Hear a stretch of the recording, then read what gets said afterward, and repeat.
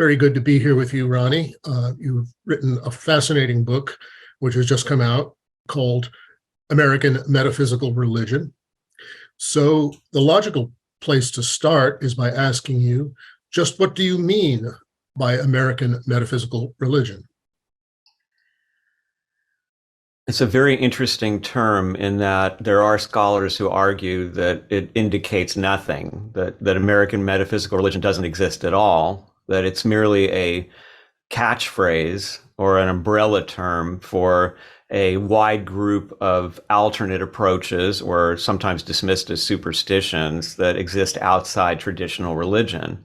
On the other hand, there have been scholars, notably Catherine Albanese, who wrote two books that were extremely important to the development of this concept in academia. One of them was called Nature, Religions in America, and the other was called A Republic of Mind and Spirit. And she actually has another one that's coming out just a few weeks before mine that has a title, I believe, that is Anglo-American Metaphysical Religion and the Pursuit of Happiness. I'm anxious to read that. Now, in her book, and especially in A Republic of Mind and Spirit, she lays out the idea that American metaphysical religion really does describe something that is going on in America that exists outside history until now, for the most part, except among rogue scholars, and that it comprises a whole set of beliefs and practices, many of which go back to Europe, to Hermeticism, and to the Kabbalah, and to the usual suspects when we look at the esoteric tradition, but that has been greatly informed by influence from all around the world in the melting pot that is America. So I've delved into this because all of this new research that's been happening for the last 10 or 20 years is very exciting and has revealed sources that have not been available. So my point wasn't to try to argue that American metaphysical religion exists or to argue against it. It was to simply show all these areas in which the concept is reflected in the history of the nation, going all the way back to the 1500s. And the Huguenots arrived here, and so many of them were alchemists and Kabbalists and practicing Jacob Boehme's mystic Christianity. What do you mean exactly when you use the word metaphysical in this context? I have to say first that I really used the term as a nod to academia, where it is now considered a legitimate area of study. However, if my own definition would be not in the traditional sense of philosophical metaphysics, but in sort of the colloquial sense of meta above physics, the physical. And I feel in America that the metaphysical bookshops and there's this, it's sort of, instead of having the charged sense of the word occult, which tends to refer to certain areas of the esoteric tradition, esoteric has a different, more academic tone perhaps, and tends to refer to mystery traditions and such. Metaphysical seemed like a good word for everything, for the whole melting pot full of practices that arrived here. Well, it's interesting you should say that, because as I remember in San Francisco about 40 odd years ago, there was a metaphysical bookshop called the Metaphysical Town Hall. I don't know if you ever came across it, but this does bring up a subject that you've already mentioned, which is the key role of the metaphysical occult bookshop in shaping this movement. And since we ourselves have a bookshop like this at the Theosophical Society, maybe you could tell me about some of your impressions of just how important this type of bookshop has been. I agree with you. I don't think it can be underestimated. Having worked at the Philosophical Research Society, which had a small bookstore, mostly featuring the work of Manley Hall, but with some selections that he wanted also available, and some the usual crystals and interesting gifts, augmented by Mr. Hall's habit of picking out some small treasure and deciding to sell it at a ridiculously reasonable price in the gift shop. this place was like a magnet attracting people, and lives were changed by the books that they found in that bookshop. And then I have a chapter in this book about the Bodhi Tree bookstore, which I think might be one of the great examples of what we're talking about. And it cannot be underestimated the impact that that bookstore had, not just in Los Angeles, but on worldwide culture through Shirley MacLaine, but also through people who visited there. And it was very interesting to me when I was writing that chapter to talk to people who had been going there from other countries, and the thrill that they felt when they arrived there, and how that bookstore always seemed to help people, not only in the sense of being lucky in terms of people finding the right book, but also they would distribute books. They would pick up your books from a book show and send them back to England for you. They were really a wonderful part of the community. I was very fortunate to start going there when it was very small.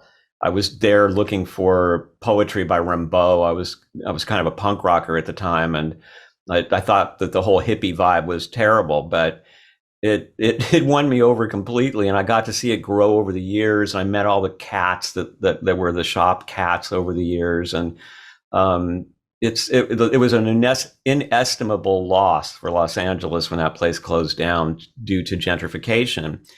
But there you could see, for instance, in the used book branch, as they called it, which was in a small stucco house next door, if you knew the book buyers there, they would call you and tell you that some amazing bunch of books by A.E. Waite or something that you'd been looking for came in. And so many great libraries were built out of that used book branch because they had such reasonable prices, and they were really considerate and interested in these books getting into the right hands. So it reminds me of almost an internet hub, a primitive version of the internet, these bookstores. It was somewhere that you could go, even if you were isolated. For example, a story that Mary K. Greer gave me for the section on tarot in the book was about a bookstore that started the whole thing for her. When she was a student in Florida, and she was trying to find a tarot card deck at a time when finding one was really a challenge. And so she asked at her college, is there some kind of store where I could find it? And sure enough, there was a little ramshackle metaphysical shop across town, and her entire journey into metaphysics and tarot started there. Yes, well, your description of the Bodhi tree certainly corresponds to my memory of it. And I certainly would never imagine visiting LA without stopping at the Bodhi tree over many years. Now, of course, I no longer can. Of course, there are similar ones.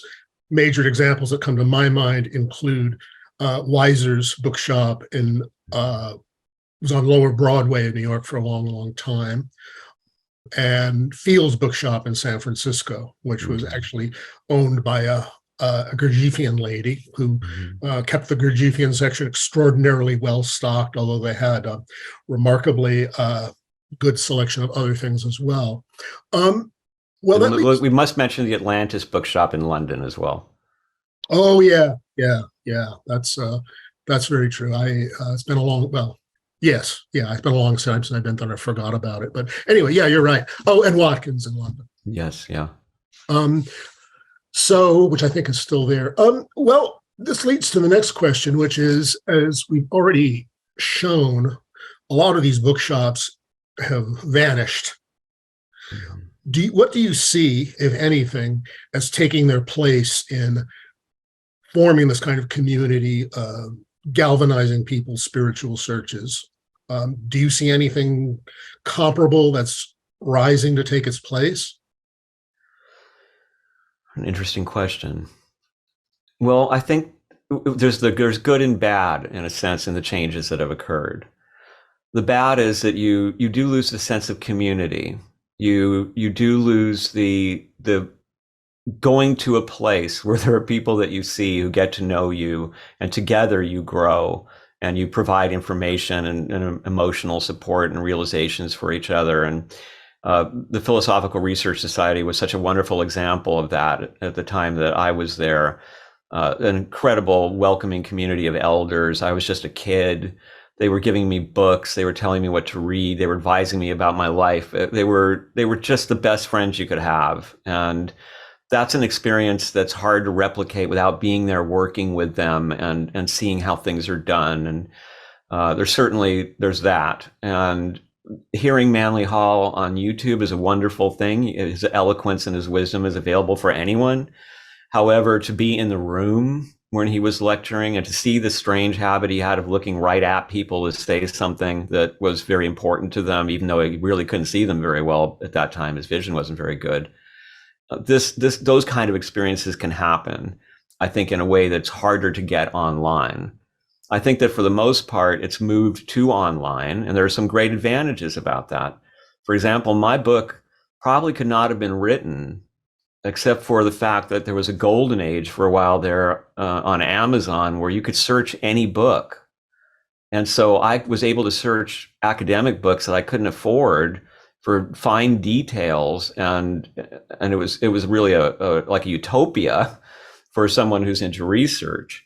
Of course, Google Books is the same idea, and you can also find many of these books just to read online in digital formats, books that were so rare back in the day. At PRS, for example, books that were in the vault are now available online for anybody to read. So that's a fantastic thing. It reminds me very much of the Rosicrucian ideal of this worldwide college, the invisible college that would be available to anyone anywhere. And in a sense, it's been fulfilled there. However, I think that there's an isolation, and when one is studying alone, it's a little different than when you're studying with others who are studying the same materials. And of course, there can be groups and chats where people can exchange ideas and educate each other. And there are some wonderful ways that people are using the internet, like we are right now, to bring people together that otherwise might not get to meet and speak with each other. And all those are great advantages, certainly. But these problems are in everything, in music as well. It's the same situation. There's a kind of isolation. There's a freedom because now you can be the whole band. You can have any drummer's samples you want, but it's not the same thing as going to a club when you're a kid and there's a bunch of people there and there's people who mentor you and teach you things and give you special strings that you didn't know about. And I think it's the same thing. So we can really enjoy the access that the internet gives us, the transparency to a degree. Maybe another thing that's not so great about it is that it seems to bring out a brand consciousness where people feel they have to be selling it. If they're on a video, they have to present themselves in a sense as a celebrity wannabe, if you like. And that is encouraged, I think, by the nature of social media. I think that was always around, of course, in metaphysics, but it's much harder, I think, now to find sort of the in a humble way, the secret masters, the people that I had people show up at my lectures, for example, at PRS, mysterious, fascinating people. And like Dr. Apt was one of them, this man who was in his 80s or so. He had the most amazing cane. It was a wooden carved cane with all these amazing colors and symbols on it. And he came over to my apartment one day. He was blind and got around town on the bus. And when he was in our apartment, he told my wife and I how to face aging. And then to demonstrate what he was teaching us, he popped into a headstand. Those kind of strange meetings, no one else knew him at PRS. It was just one of those random things. And I had many such experiences there. I think that that's harder to get in the internet. Mm-hmm. Yes, I think you're right.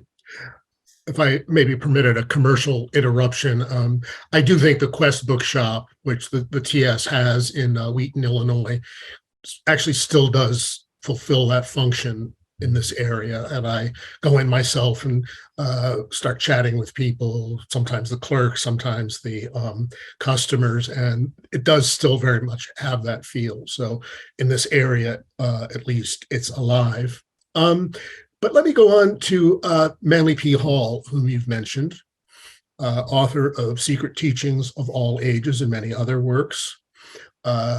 You and your wife, Tamra Lucid, knew him quite well.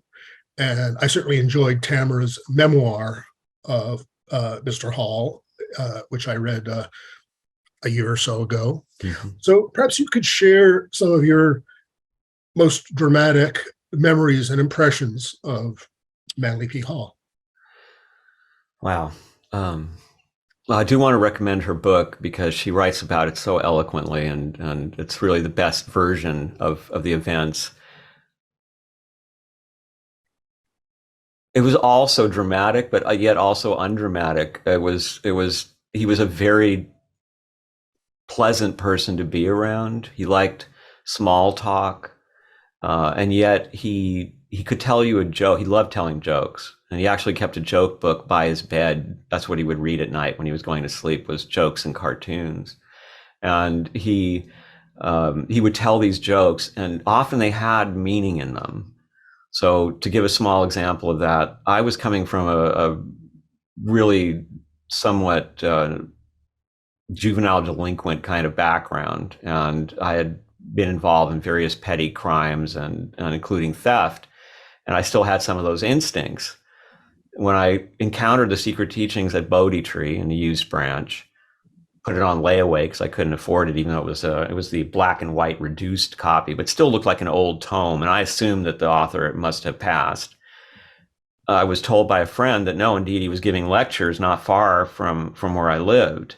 I was scared to go there because I thought he would look right through me. I just thought the whole place would not want something like me around, given my background. However, eventually I was prevailed upon to go and to hear him lecture. At the time, I think because of guilt I was feeling about the things I had done, I had kind of an earthquake paranoia that friends of mine that were into Edgar Cayce had started. And in that lecture, that man looked straight at me and he said, fears and irrational phobias such as earthquakes that are actually caused by one's guilt over bad behavior and realization that their lives must change. You can imagine I was astonished. And just the common sense and the wholesomeness of what he was talking about, it seemed like water in a desert to me. I'd never heard anybody, I really hadn't encountered much. The reading I had done was more in the area of Sartre and the existentialists, and I was more of a nihilist, if anything.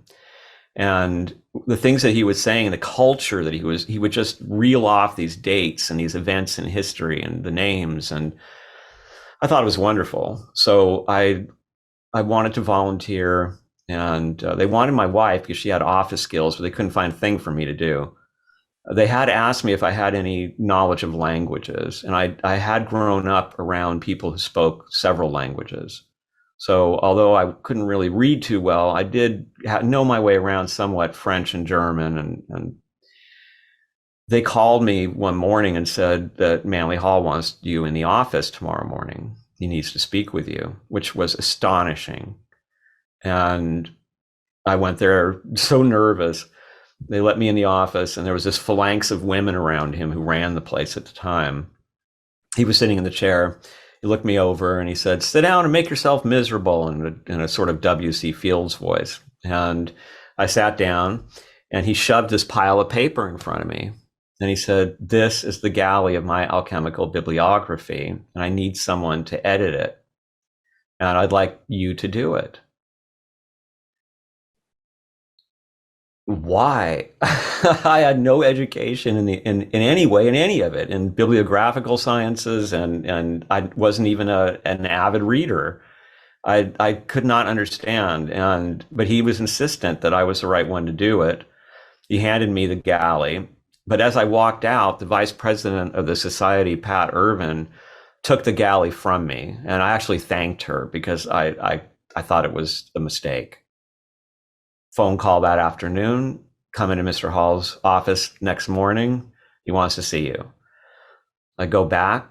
He slides the galley back to me, and he says, you will now only take orders from me, and you're going to work on this.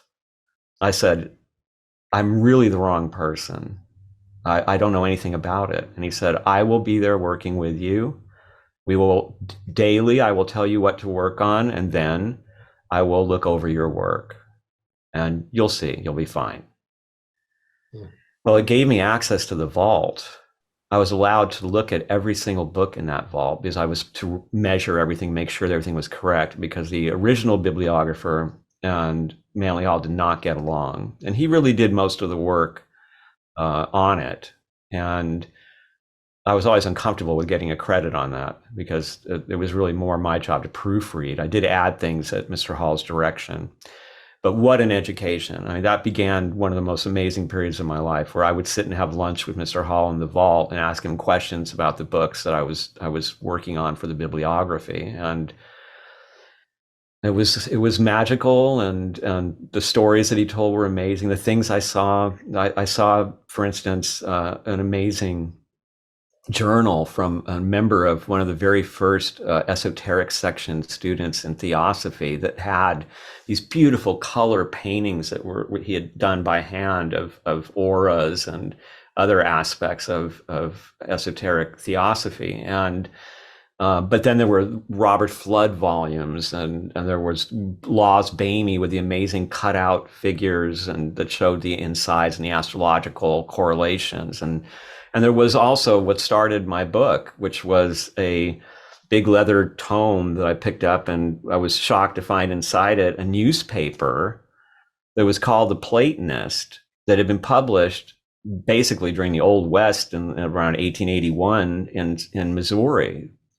And I just couldn't imagine at the time of the OK Corral why this thing would exist in America. And that introduced me to Alexander Wilder and to Thomas Johnson, and of course his connections to the Hermetic Brotherhood of Luxor. At the time, there was very little information about any of them, but the explosion of academic research into these people and into these fields has just been, I often think I wish Manley Hall was here, because how much I would have loved to have brought these studies into that office and said, look at this. For instance, something I'm working on now, the story of Elizabeth Stuart in Bohemia around the time of the Rosicrucian Dawn. And so many of the books about this are simply wrong because nobody went into the research until Ackerman finally, 20 years of research into the letters and other materials that had never been looked at, gave us a completely different view of Elizabeth Stuart and what was going on there at the time. There's quite a bit of those kind of revelatory studies that have been made available in papers and in books. And that's one of my missions with this book, is to make that available to people who have interests in these subjects. Wow, wow. Yeah, well, Elizabeth Stuart she was the one who's the daughter of James the First, and she was married to the Elector Palatine, who had a winter empire, and it all started with the 30 Years' War, and the Rosicrucians were involved with it, and it is an amazing story. But rather than go into that, why don't we pick up a theme that was of great interest to Manley P. Hall, and is certainly picked up in your book, because he had a very pronounced vision of a secret, shall we say, esoteric destiny for the United States.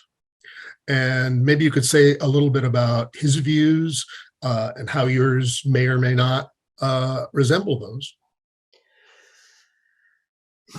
It's an interesting subject now, because it's been strange.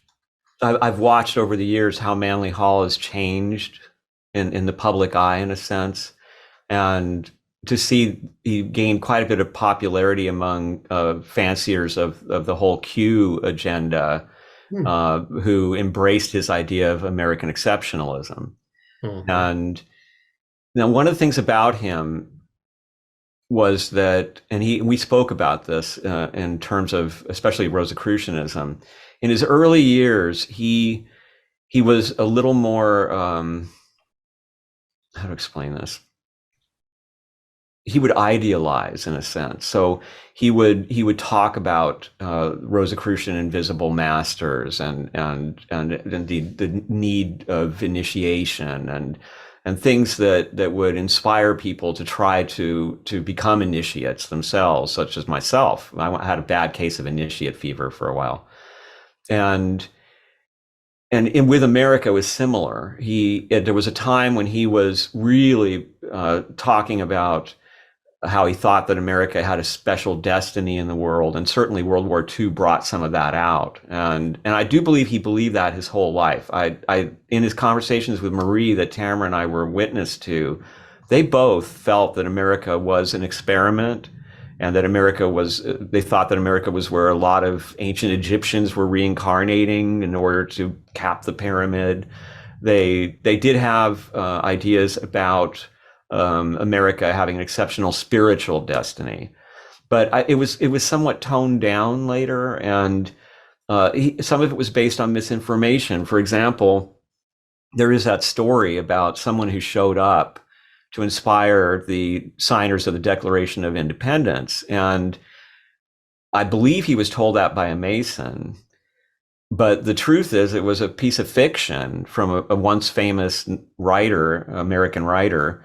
And then, of course, it's also changed, like, who was there. Some people say it was an angel that appeared and did this to get the Constitution signed. Some people said it was Saint Germain himself. And this comes back later, and we'll see in situations like Guy Ballard, and having been influenced by the Silver Legion and that fascist movement, and then having his experience with Saint Germain on Mount Shasta when he was out hiking, and some young man walked up to him and gave him some sort of mystical fluid and said that he was Saint Germain, and that Ballard was chosen to lead America into a glorious new era. And his concept was that he would be elected president, and through him, Saint Germain and the invisible masters would rule the country, and that this was the ultimate destiny of America, was to actually have Saint Germain in control through disciples. So I don't think Manly Hall had any intent of encouraging those kind of scenarios.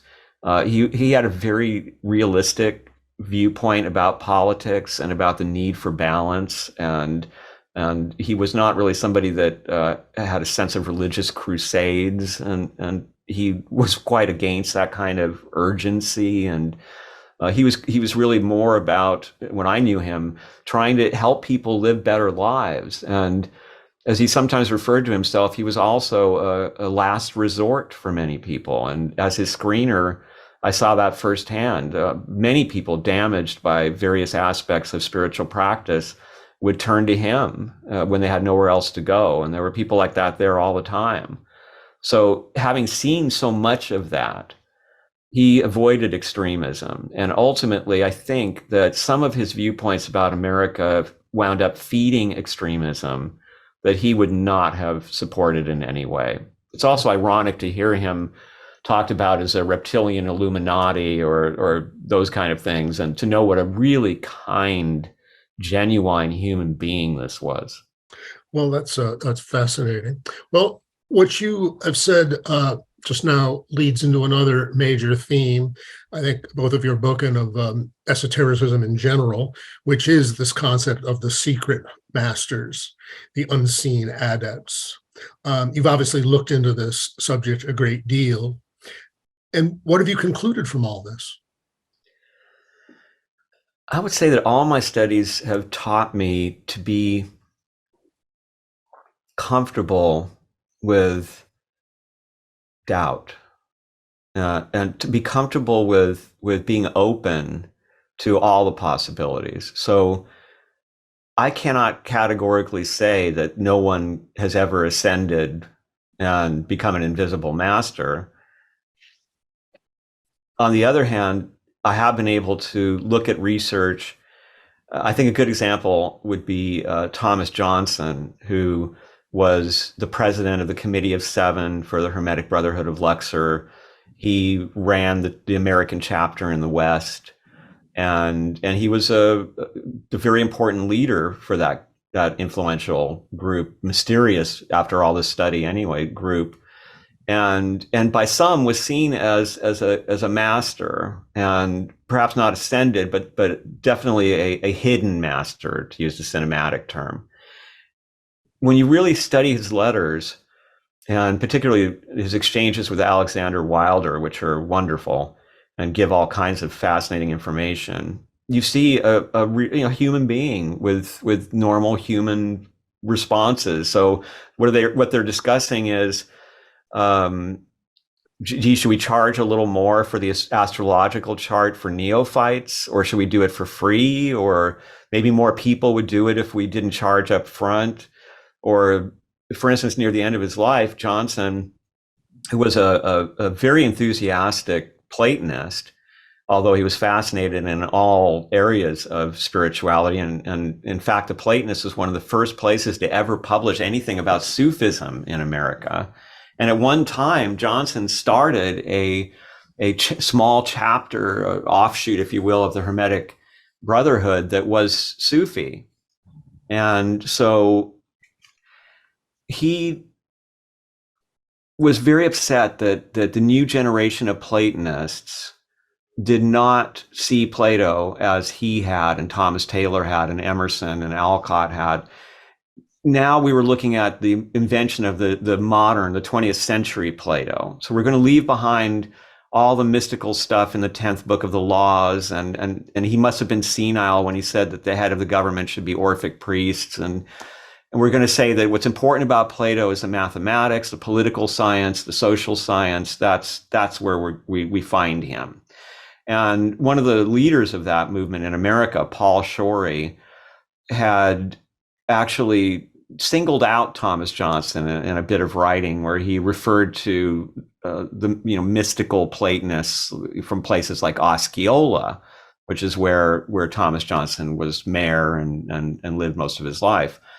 And Johnson felt keenly that he had never been accepted. He had done all these translations. He'd been encouraged by Emerson and by other leading lights. And yet he was never asked to teach at a college.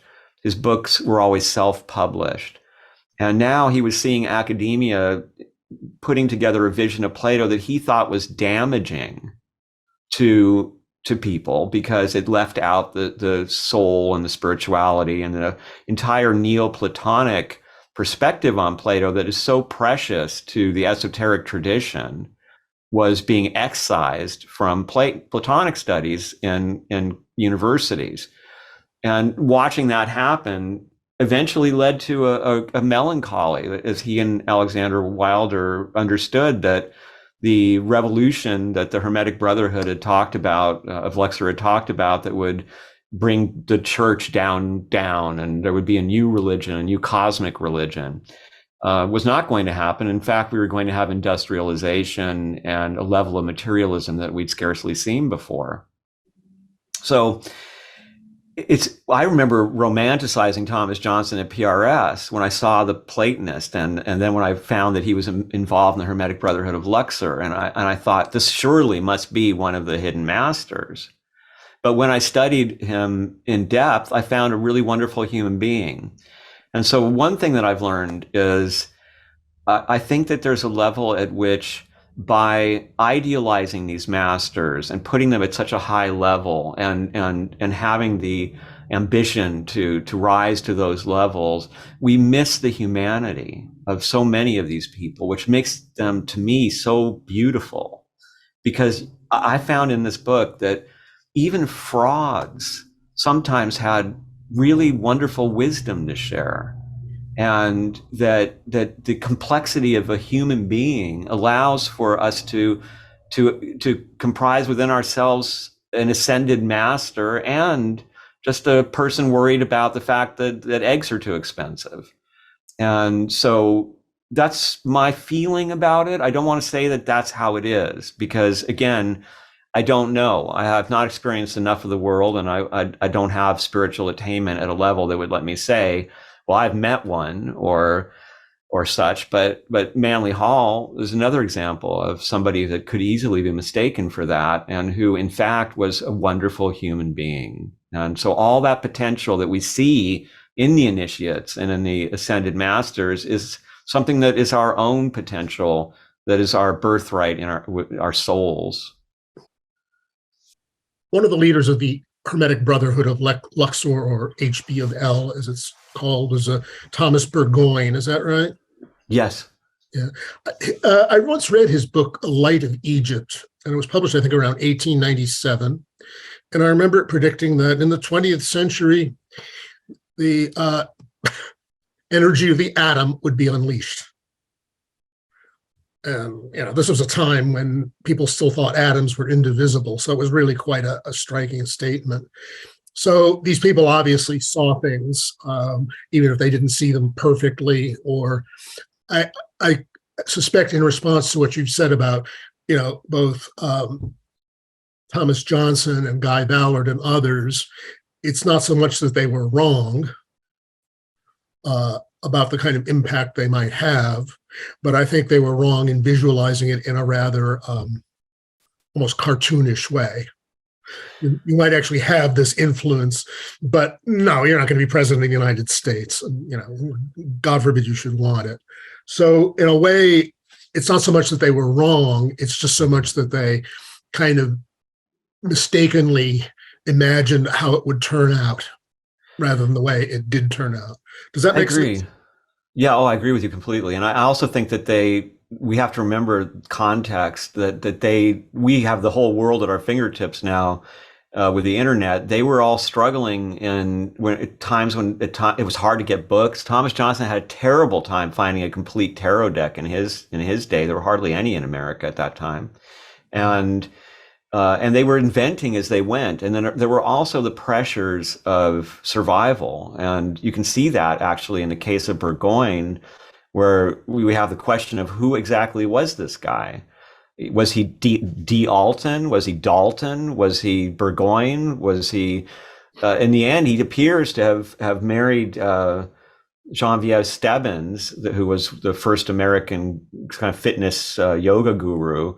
And he was her manager and greatly successful with her. And in a sense, the same teachings were being put out, but now in a sort of hatha yoga for America kind of way. And he kept reinventing himself to survive for the most part. Eventually it came out that he had been imprisoned in England for fraud because he had done this little trick of advertising for a job and taking a little money for it, and there was no job. And that discredited him with a lot of the Theosophists and with the Hermetic Brotherhood of Luxor. But he kept reinventing, and they were also, it's fascinating to me, like Randolph, who presented the materials as Rosicrucian, and then in a later book said, well, actually, those are all mine. But no one was listening to me. So as soon as I said they were Rosicrucian, everybody listened. Those kind of expedient decisions may look foolish in retrospect from our time, but for these people, I've come to see it as amazing creativity and courage, especially because they're blazing new trails here, even though it's based on old traditions. Just the idea is so audacious, in a sense, to try to resurrect these the Hermetic mysteries and ancient Egyptian ideas and to blend it with the Kabbalah, or the way that, for example, Kingsford's writings reflected the Kabbalah before she ever ran into the Kabbalah. And so another example of those kind of things is the Whites, Stuart and Betty White, who did incredible experiments with survival after death, and at a time when it was sorely needed around World War II, and they were extremely popular, all but forgotten now. And there were much of the writing that was coming through Betty at the time, or later was channeled from Betty, was talking about frequencies and how the physical makeup of the world and how it works. And it was quantum physics, essentially. So definitely people are seeing there's that ability to reach in and see reality or future events and such that one might not think was possible. But it's full. Definitely, my book is filled with examples of people who seem to have some sort of an extra sensory ability. Mm-hmm, mm-hmm. Yeah, and one point that brings to mind is an idea that often surfaces in connection, particularly with publicity and so on, is a very frequent idea that actually you can work much more effectively unseen by the public view, and without publicity. And people I've known who have some accomplishments along these lines have sometimes gone to almost ridiculous lengths to avoid any personal connection with it, which is why so many of these texts were anonymous, going back to, of course, as you know, antiquity. So, all right, well, let's go on to another area, which is you have written about this whole gamut of American metaphysical religion.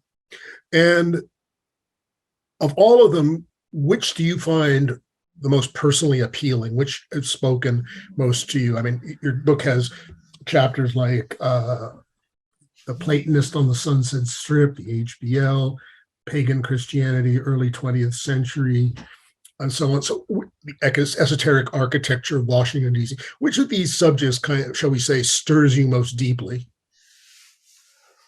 Wow, what a good question. Or what is one of them that stirs you most deeply? Well, first, I sort of love them all. It's like trying to choose between puppies in a great litter. They're also, even the ones, as I said, who are fraudulent, some of them, you still wind up admiring their audacity, and they were trying to do good in a certain way, and they did have something useful to share that maybe was taken up by somebody else and made into something truly special. So they all feed into each other in a sense, and that's part of the fascination for me is seeing these streams of influence. But I would say, there's so many wonderful characters like Thomas Morton, the pagan pilgrim, who almost represents an alternate destiny for America that never happened, and the view of the pilgrims that is provided by him is quite different from what Disney foisted on us all. And I love him. He's a fascinating character, and somebody who he was the first person who was ever given a cease and desist letter, or first person who was arrested for a loud party. And all these kind of things that became American traditions. And I do believe that the split you still see in America was there. And Thomas Morton's way of dealing with the natives, everybody, it was all big brotherhood, and we're all joining together. And it was filled with the jocularity of those times in England. And this was a guy that was really into Shakespeare, and he called himself Falstaff. And this is part of America. And then there's the Puritan part. There's the kind of controlling and very, so businesslike that Christians decided that slave ships were a good business. That kind of thinking. I think that I do think Stuart and Betty White. I'm actually working on a book about them and about their teachings called The Unobstructed Way. They are pretty amazing. To begin with, they did not have the financial pressures that most people who are attempting to get by as metaphysical teachers or writers have. He was a very successful writer, and she was an heiress. They were wonderful, down-to-earth people, friends with Teddy Roosevelt. She was a remarkable human being and turned him from a very avid big game hunter into a photographer, and brought many species of plant to California, including allegedly the bird of paradise plant. But their experiments together, which they did at first, they did not admit that Betty was a medium that Stuart was writing about in his very successful books, was a very different approach to mediumship and to these kind of experiments. They weren't after past lives, and they were after something else. And at first, it seemed to be a description of the universe, which came down to what they call the unobstructed universe, which is where we are when we're not in the universe that we're in right now, the obstructed universe. And there was great detail given about how to live in the obstructed and still have an awareness of the unobstructed and the benefits of that in one's life. But it turned out that what they were really doing was preparing Betty. And just before World War II, Betty died. And this was a very poignant moment for Stuart. And ironically, even though he had many mediums as friends, he didn't want to try to contact her. After all they had done, he was still afraid that the communication would be trivial and that he would feel even more alone than he already did. He did have a strong sense of her presence. and he didn't want to disturb that. But he went to stay with friends all over the country who were trying to help him in his grief, and he wound up staying with Joan and Darby, as they were called, who were also famous psychics and writers at that time. And they were going to do a reading for him. He made Joan promise not to bring in Betty, but Betty barged in immediately. And as he put it, she spent 2 hours giving him intimate details of their lives without one mistake. Actually, there was one mistake, and that mistake turned out to not be a mistake. It was something that she had deliberately done because she knew he had forgotten it. And it took him time to find out. Well, they're amazing, and their writing's amazing, and their life, and they never made it into any kind of a school or a personality cult. They were very kind to people. They encouraged people to follow their own paths. And I think as a result, because they didn't have kids to carry on the copyrights and they didn't have a school, they fell into utter obscurity, and they're almost completely forgotten. And at that time, they were enormously famous. And in fact, it was such a convincing event to people that the Who's Who refused to give her a death date. The only time they've ever done that.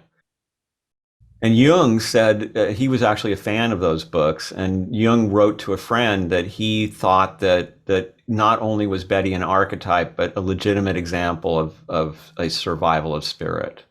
Wow.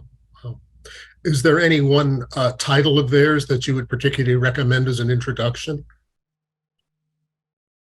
The Betty book is good, and The Unobstructed Universe. Those two. Okay, well, that sounds good. I'll definitely check those out. Well, let's go to view things from another perspective. As we can see, all these personalities lived very much in the context of their times. And they were, shall we say, obstructed by the views and contexts of their times, which is forgivable. Mm-hmm. But the question that leads me to ask is, what obstructions, what preconceptions, what shibboleths are we living in right now that will come to seem ridiculous or limited or even immoral in the future? I don't have an answer for this myself, which is one reason I'm asking you. That's another very good question. I think that the one thing that I noticed that is perhaps the greatest fault at the moment, and maybe this has something to do with Pluto and Capricorn, is certainty. That there seems to be a real pandemic of certainty. People are so sure that they know what's going on spiritually or politically.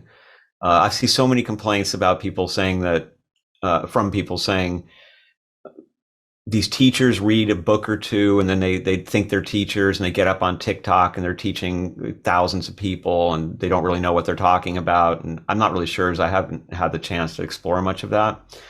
But undoubtedly that's occurring because the temptation to immediately rush into social media and display one's skills for profit is hard to at this point avoid. And so I think that one thing is that we're not comfortable with doubt. We're not comfortable with suspense. And I think that one of the greatest things that a human being can work on is developing that comfort with not knowing. So you can have all the knowledge in the world, but you're not making decisions based on, I know this is true, this is certain.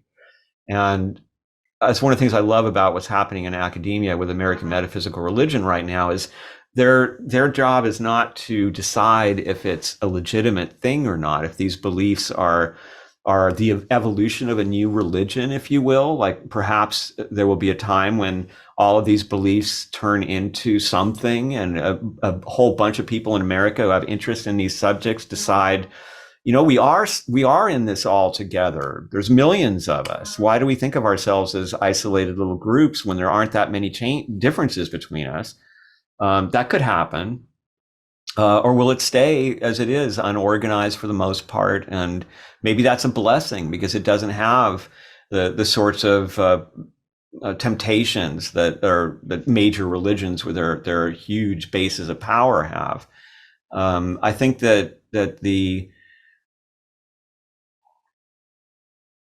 future, I think, is going to rely on that open-mindedness, that we can listen to each other. So, for instance, while I do think that many of the Q beliefs have to do with the human propensity to see symbols where they're not, and also especially when one is particularly apprehensive about the future, about the present, and we seek these symbols out desperately to reassure ourselves.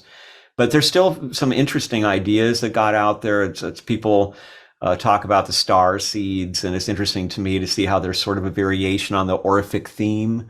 It's a little bit different because the Orphics were saying that we are all the children of stars, whereas they're saying that some people are children of star. But it's more or less Orphic, and I think Harold Bloom anticipated a lot of this in his book, The American Religion, where he called that we call the New Age American Orphism, or rather California Orphism. He had both.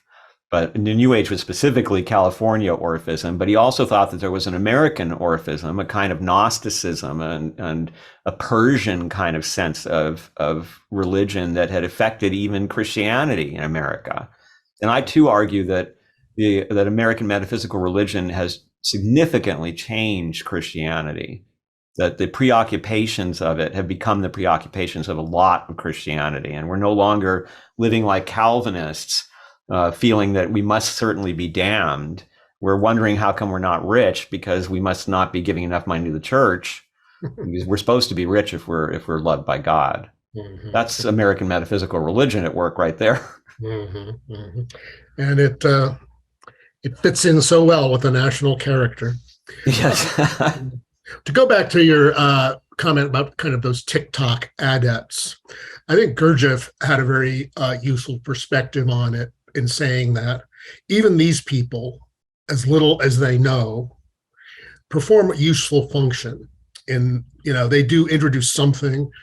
And Gurdjieff even went so far as to say, for some people, the truth can only come in the form of a lie. Mm-hmm.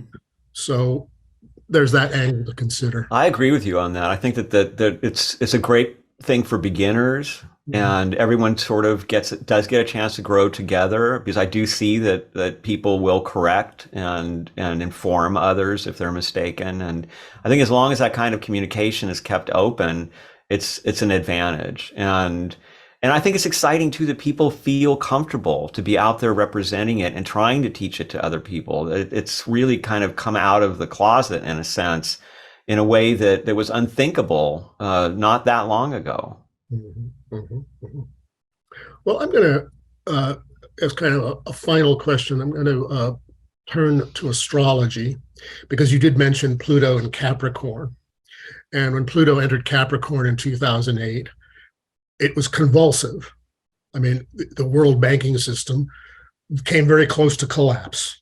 And since Capricorn rules banks, and since Pluto is the wrecking ball of the planet, well, this all made sense. So now, at the end of 2024, I believe, Pluto is going to enter Aquarius. Mm-hmm. What sort of changes do you think that portends? Another great question. Pluto in Capricorn, if you look at it historically, has included these kind of economic collapses, and has included a move toward dictatorial, autocratic governments, and also pandemics. So it's really kind of come through in the expected manner. And there's also been, as we've seen, the leadership has been older men from traditional racial origins, and it's sort of a final apotheosis of all things Saturn and Pluto, and also meeting the shadow, meeting in a big way, especially because the United States is now going through its own Pluto return, because it has Pluto in Capricorn. So we are seeing our own imperialist shadow in Ukraine with Putin. We're seeing our shadow with Trump, our celebrity worship, and our willingness to give up our power to people who seem like they're certain and who have new approaches that feel more comfortable to our prejudices. We're seeing that, you can see in the voting that older people and particularly white people tend to be supporting this. There seems to be an emotional reaction against the idea that white people will be a minority fairly soon. That's all Pluto and Capricorn kind of bringing this stuff to the surface. Now, while for a while it empowered people who seemed to be bringing out the worst of it, the autocratic tendencies and the desire to seize control, and especially that Saturnian, everybody's wrong except me, and they have to be forcibly put down because we have to do this the right way, my way. Pluto and Capricorn also at the end of it brings all the chickens back to roost. And so you can see, for example, in the case of Putin, who right now has Saturn opposing his Pluto, this is somebody who is it's the classic aspect for when you try to force your way, you get the worst consequences. You get the opposite of what you wanted. So he's trying to break up NATO, and he's trying to weaken the Ukrainian alliance with America. Instead, he strengthened it. And there are many examples like that. So I expect we'll be seeing more of that over the next couple of years as Pluto in Capricorn culminates and brings about many of these comeuppances. And a lot of it is associated with the slow grind of institutions and facts. So you can say whatever you want, but when it comes down to it, the Saturn's going to lay out what actually happened. And the transparency of technology is a big part of that. Now, in spring of 2023, we will have a little Aquarian spring of Pluto in Aquarius. It will go back into Capricorn, and then it will go back and stay in Aquarius, I believe, in 2024. I'm very interested in what occurs at that time.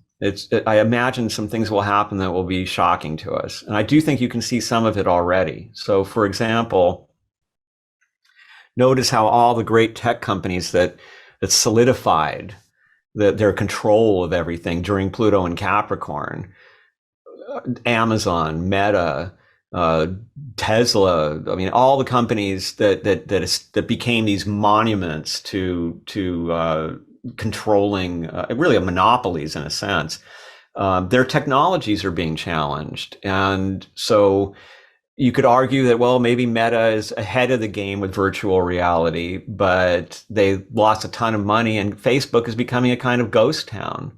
The average age of somebody on Facebook now is 55. There are dwindling numbers, or losing a lot of users. People don't really know where to go. People have fled Twitter because of the changes that have happened there with Elon Musk taking over. Instagram is no longer as popular as it was. TikTok seems to be where everybody is, but the question is really where is the younger generation, Generation Z? And according to studies, they're not online in these social media areas in the way that previous generations were. They do value their privacy, and they do understand just how transparent technology is now. And we see how people are getting tripped up in that transparency all the time, especially in politics, where people have made statements and then they say something else, and they're faced with what they had said earlier. I think that transparency of technology will continue in Pluto and Aquarius, probably to a disturbing degree for people who like privacy.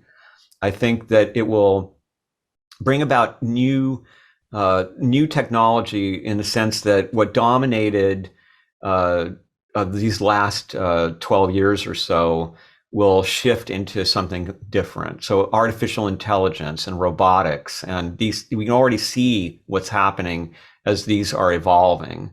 I think we will see major breakthroughs we have in the past in science with Pluto and Aquarius. I think you will see possibly cures for scourges that we've been trying to cure for a very long time. And I am seeing research that's showing, for instance, progress in dealing with cancer in new ways, where they're looking at it as an ecosystem that has to be adjusted and such. And I think that will make a big difference. I do think that we will see some destruction of existing. I think, for instance, that it's possible the internet will be reinvented. I mean, people are working on this. The way that it's been choked down I'm sure that, like me, you were there in the early years, and the freedom, I mean, it was a completely different experience. And I can tell you, for instance, as a musician, that it's been it's been terrible for my band because we don't have a category. We have songs in all kinds of different categories. We were a Riot Girl band when we started out, but we stopped being that, and we've romped through just about everything. But Google will decide that we are this or we are that, and it's a disappointment to people who go listen to our music and they think they're going to hear one thing and they find something else. So that kind of the way that selling on the internet has changed the internet experience and pushed us all into these kind of corralled spaces. I think Aquarius is going to blow that up. And you see the beginnings of that with Mastodon and blockchain. And I do think that even though right now it's a debacle, that crypto and such will find the form that it will take during Pluto and Aquarius, which will be a 20-year period, by the way. It's a long one this time.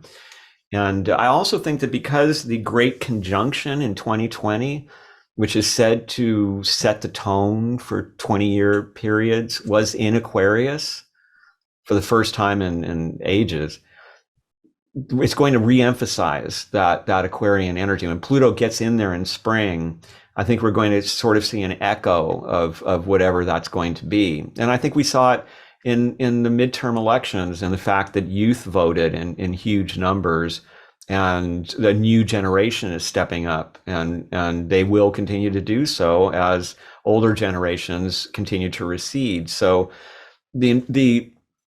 I think that Pluto and Capricorn, especially with Neptune and Pisces, was like a culmination of nostalgia.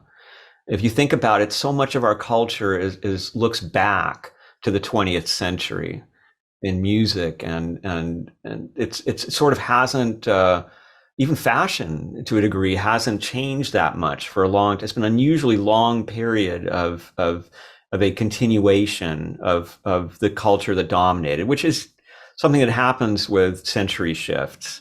You can see, for example, how much 1910 is so much more like the 1800s.